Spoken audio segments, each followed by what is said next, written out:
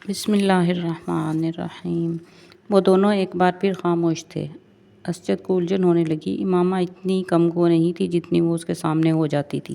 پچھلے آدھے گھنٹے میں اس نے گنتی کے لفظ بولے تھے۔ وہ اسے بچپن سے جانتا تھا۔ وہ بہت خوش مزاج تھی۔ ان دونوں کی نسبت ٹھہرائے جانے کے بعد بھی ابتدائی سال میں اس میں کوئی تبدیلی نہیں آئی۔ اسجد کو اس سے بات کر کے خوشی محسوس ہوتی تھی۔ وہ بلا کی حاضر جواب تھی، مگر پچھلے کچھ سالوں میں وہ یکدم بدل گئی تھی، اور میڈیکل کالج میں جا کر تو یہ تبدیلی اور بھی زیادہ محسوس ہونے لگی تھی۔ اسجد کو بعض دفعہ یوں محسوس ہوتا جیسے اس سے بات کرتے ہوئے وہ حد درجہ محتاط رہتی ہے۔ کبھی وہ الجھی ہوئی سی محسوس ہوتی، اور کبھی اسے اس کے لہجے میں عجیب سی سرد مہری محسوس ہوتی۔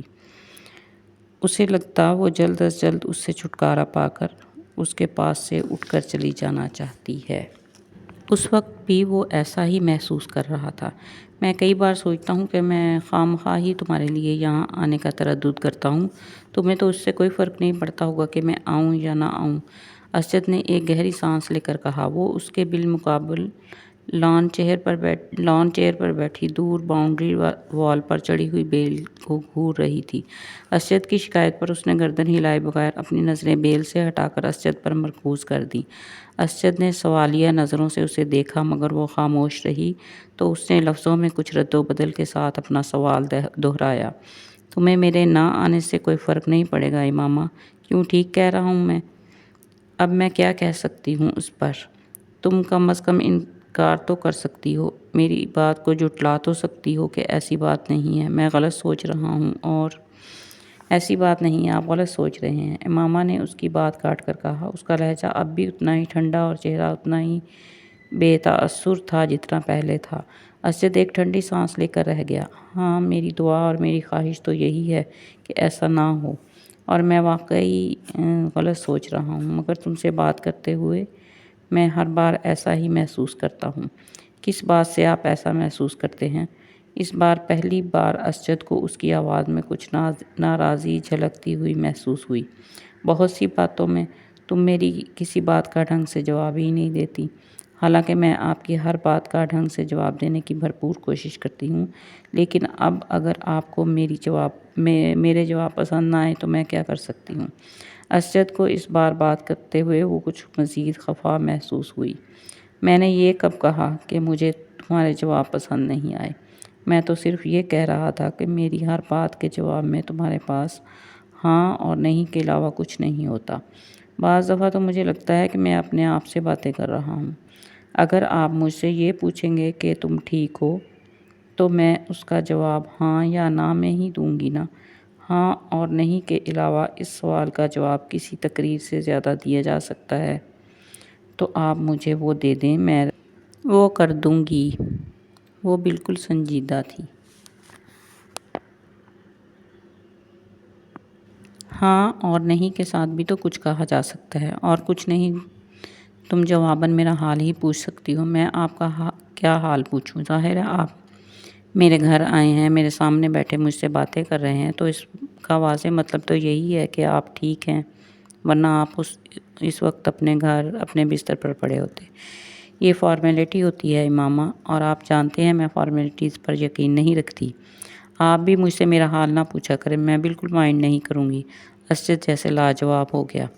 ٹھیک ہے، فارمیلٹیز کو چھوڑو، بندہ کوئی اور بات کر لیتا ہے، کچھ ڈسکس کر لیتا ہے، اپنی مصروفیات کے بارے میں ہی کچھ بتا دیتا ہے۔ اسجد، میں آپ سے کیا ڈسکس کروں؟ آپ بزنس کرتے ہیں، میں میڈیکل کی اسٹوڈنٹ ہوں۔ آپ سے میں کیا پوچھوں؟ اسٹاک مارکیٹ کی پوزیشن، ٹرینڈ بلش تھا یا بیئرش؟ انڈیکس میں کتنے پوائنٹس کا اضافہ ہوا؟ یا اگلی کنسائنمنٹ کہاں بھیج رہے ہیں؟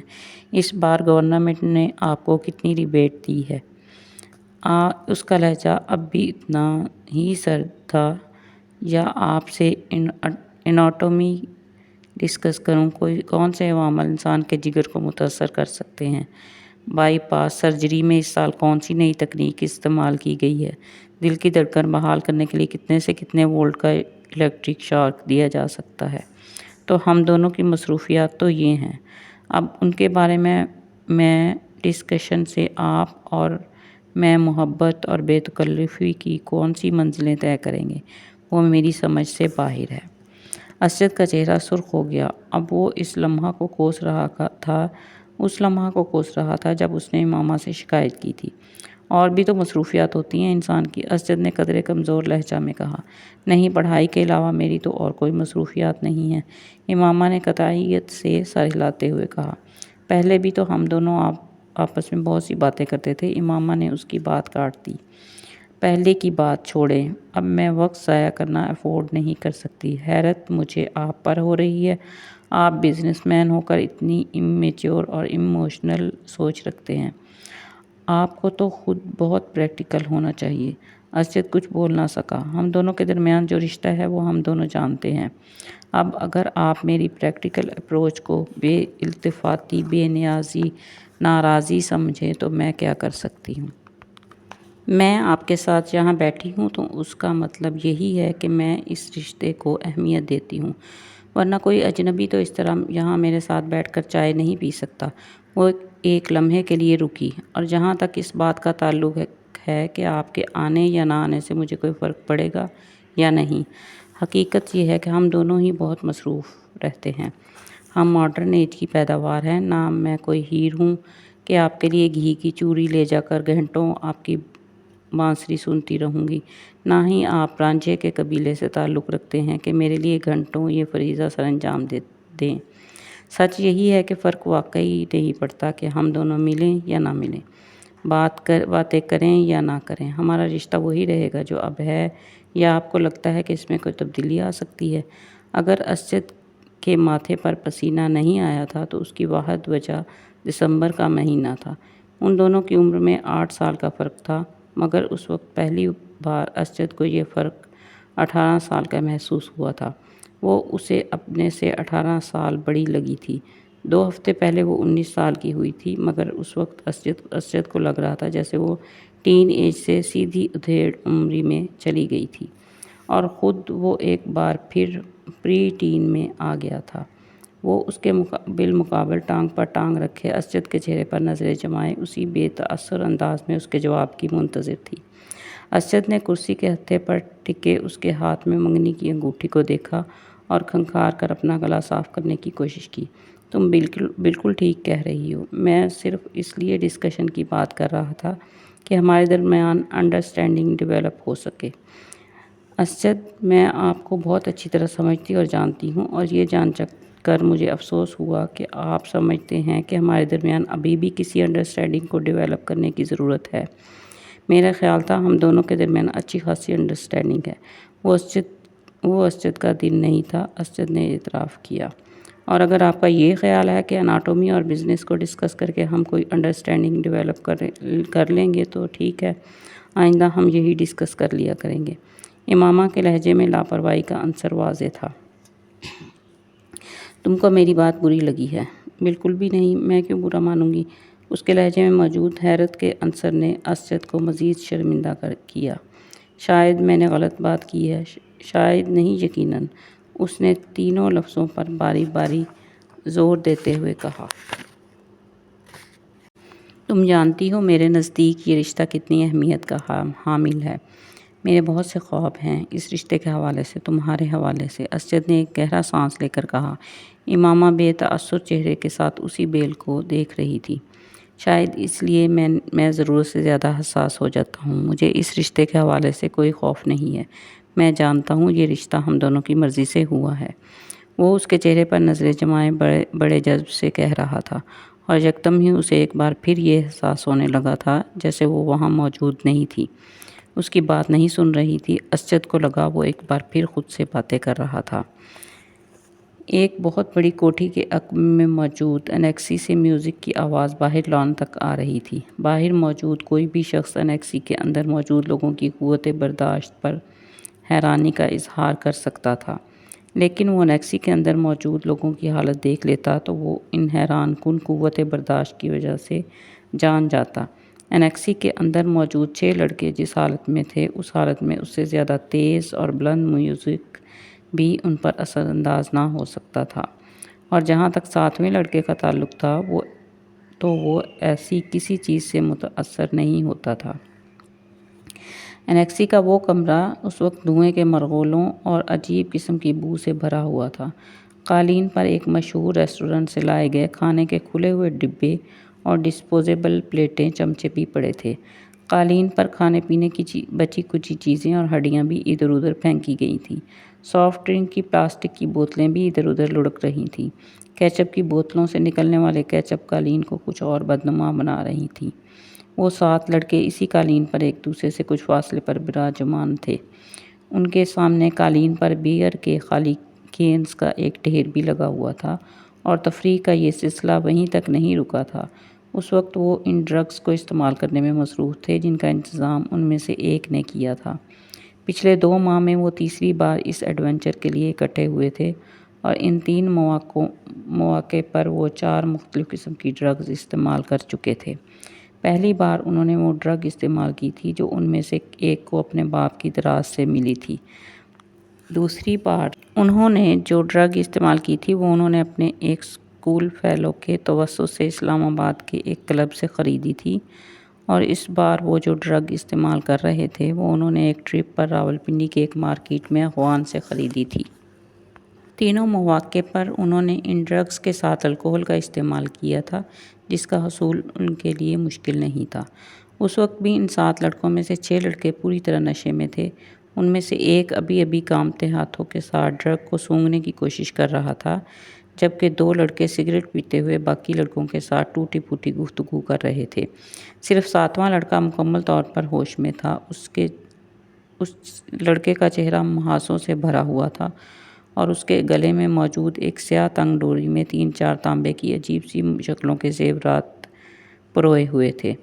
ایلوس پریسلے سٹائل کے کالرز والی ایک چیکرڈ ڈارک بلو شرٹ کے ساتھ وہ ایک بیہودہ سی سرمئی جینز پہنے ہوئے تھا جس کے دونوں گھٹنوں پر میڈونا کا چہرہ پینٹ کیا گیا تھا۔ اس نے آنکھیں کھول کر اپنے دائیں طرف موجود لڑکوں پر ایک اچٹتی نظر ڈالی۔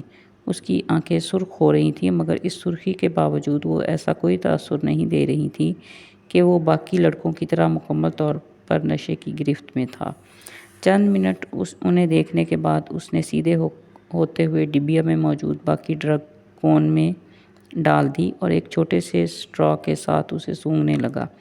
کافی دیر بعد اس نے اسٹرا کو ایک طرف پھینک دیا اور اپنے ہاتھ کی پور پر تھوڑی سی ڈرگ رکھ کر زبان کی نوک کے ساتھ کچھ دلچسپی، تجسس مگر احتیاط کے ساتھ اسے چکھا۔ دوسرے ہی لمحے اس نے برق رفتاری کے ساتھ اپنے بائیں جانب تھوکا۔ ڈرگ یقیناً بہت اچھی کوالٹی کی تھی۔ اس کی آنکھیں اب پہلے سے زیادہ سرخ ہو رہی تھیں، مگر اب بھی وہ اپنے ہوش و حواس میں تھا۔ اس کے چہرے کے تاثرات سے اندازہ ہو رہا تھا کہ وہ اپنی اس سرگرمی سے کچھ زیادہ محظوظ نہیں ہوا۔ 1-2 منٹ کے بعد اس نے اپنے قالین پر پڑے ہوئے بیئر کے کین سے چند گھونٹ لیتے ہوئے جیسے ڈرگ کے ذائقے کو صاف کرنے کی کوشش کی۔ کین رکھنے کے بعد وہ چند منٹ تک کون میں موجود ڈرگ کو دیکھتا رہا۔ دوسرے 6 لڑکے اس وقت تک نشے میں پوری طرح دھت کارپٹ پر اوندھے سیدھے پڑے تھے، مگر وہ اب بھی اسی طرح بیٹھا تھا۔ کین میں موجود بیئر کے گھونٹ لیتے ہوئے وہ پرسوچ انداز میں ان سب کو دیکھتا رہا۔ اس کی آنکھیں اب متورم ہو رہی تھیں، مگر ان میں موجود چمک بتا رہی تھی کہ وہ ابھی بھی مکمل طور پر نشے میں نہیں ہے۔ یہ اس کے ساتھ تیسری بار ہوا تھا۔ پہلی 2 بار ڈرگ استعمال کرنے کے بعد بھی وہ اسی طرح بیٹھا رہا تھا، جبکہ اس کے دوست بہت جلد نشے میں دھت ہوئے تھے۔ رات کے پچھلے پہر وہ ان لوگوں کو اسی حالت میں چھوڑ کر خود گھر آ گیا تھا۔ آج بھی وہ یہی کرنا چاہتا تھا۔ کمرے کے اندر موجود ڈرگ کی بو سے اب پہلی بار وہ الجھنے لگا تھا۔ اس نے کھڑا ہونے کی کوشش کی اور وہ لڑکھڑایا۔ اپنی لڑکھڑاہٹ پر قابو پاتے ہوئے وہ سیدھا کھڑا ہو گیا۔ نیچے جھک کر اس نے کارپٹ سے رنگ، والیٹ اور کریڈٹ کارڈ اٹھائے۔ پھر آگے بڑھ کر اس نے اسٹیریو کو بند کر دیا۔ اپنی متورم اور سرخ آنکھوں سے اس نے کمرے میں ایک نظر دوڑائی، یوں جیسے وہ کوئی چیز یاد کرنے کی کوشش کر رہا ہو۔ پھر وہ کمرے کے دروازے کی طرف بڑھ گیا۔ ایک بار پھر نیچے بیٹھ کر اس نے 4 جاگرز پہنے اور ان کے تسموں کو ٹخنوں کے گرد لپیٹ کر گرہ باندھی۔ پھر دروازے کا لاک کھول کر وہ باہر نکل گیا۔ روشنی میں یکدم وہ کوریڈور کی تاریکی میں آ گیا تھا۔ اندھیرے میں اپنا راستہ ڈھونڈتے ہوئے وہ انیکسی کے بیرونی دروازے کو کھولتا ہوا باہر لان میں آ گیا۔ انیکسی کی سیڑھیاں اترتے ہوئے اسے اپنی ناک سے کوئی چیز بہتی ہوئی محسوس ہوئی۔ بایاں ہاتھ اٹھا کر اس نے اپنے اوپری ہونٹ پر رکھ کر اس کی انگلیاں چپچپانے لگی تھی۔ اس نے ہاتھ اٹھاتے ہوئے اپنی انگلیوں کو انیکسی کی بیرونی لائٹ کی روشنی میں دیکھا۔ اس کی پوروں پر خون کے قطرے لگے ہوئے تھے۔ اس نے اپنی ٹراؤزرز کی جیب ٹٹولتے ہوئے اندر سے ایک رومال برآمد کیا اور اپنی پوروں پر لگا ہوا خون صاف کیا۔ اس کے بعد اسی رومال کے ساتھ اس نے اپنی ناک سے ٹپکنے والا خون صاف کیا۔ اسے اپنے حلق میں کوئی چیز چبھتی ہوئی محسوس ہوئی۔ اس نے کھنکھار کر اپنا گلا صاف کرنے کی کوشش کی۔ اسے اب اپنے سینے میں بھی گھٹن کا احساس ہونے لگا۔ چند گہرے سانس لے کر اس نے اس گھٹن کو کم کرنے کی کوشش کی۔ وہیں کھڑے کھڑے اس نے 2-3 بار نیچے تھوکا اور ایک بار پھر سیڑھیاں اترنے کے لیے قدم بڑھایا۔ وہ یکدم ٹھٹک گیا۔ اس کے ناک میں عجیب سی سنسناہٹ ہوئی اور پھر یکدم کوئی چیز پوری قوت سے بہنے لگی۔ وہ بے اختیار کمر کے بل جھک گیا۔ ایک دھار کی صورت میں اس کی ناک سے نکلنے والا خون سیڑھیوں پر گرنے لگا تھا۔ ماربل پر پھسلتا ہوا خون۔ وہ اسے دیکھتا رہا۔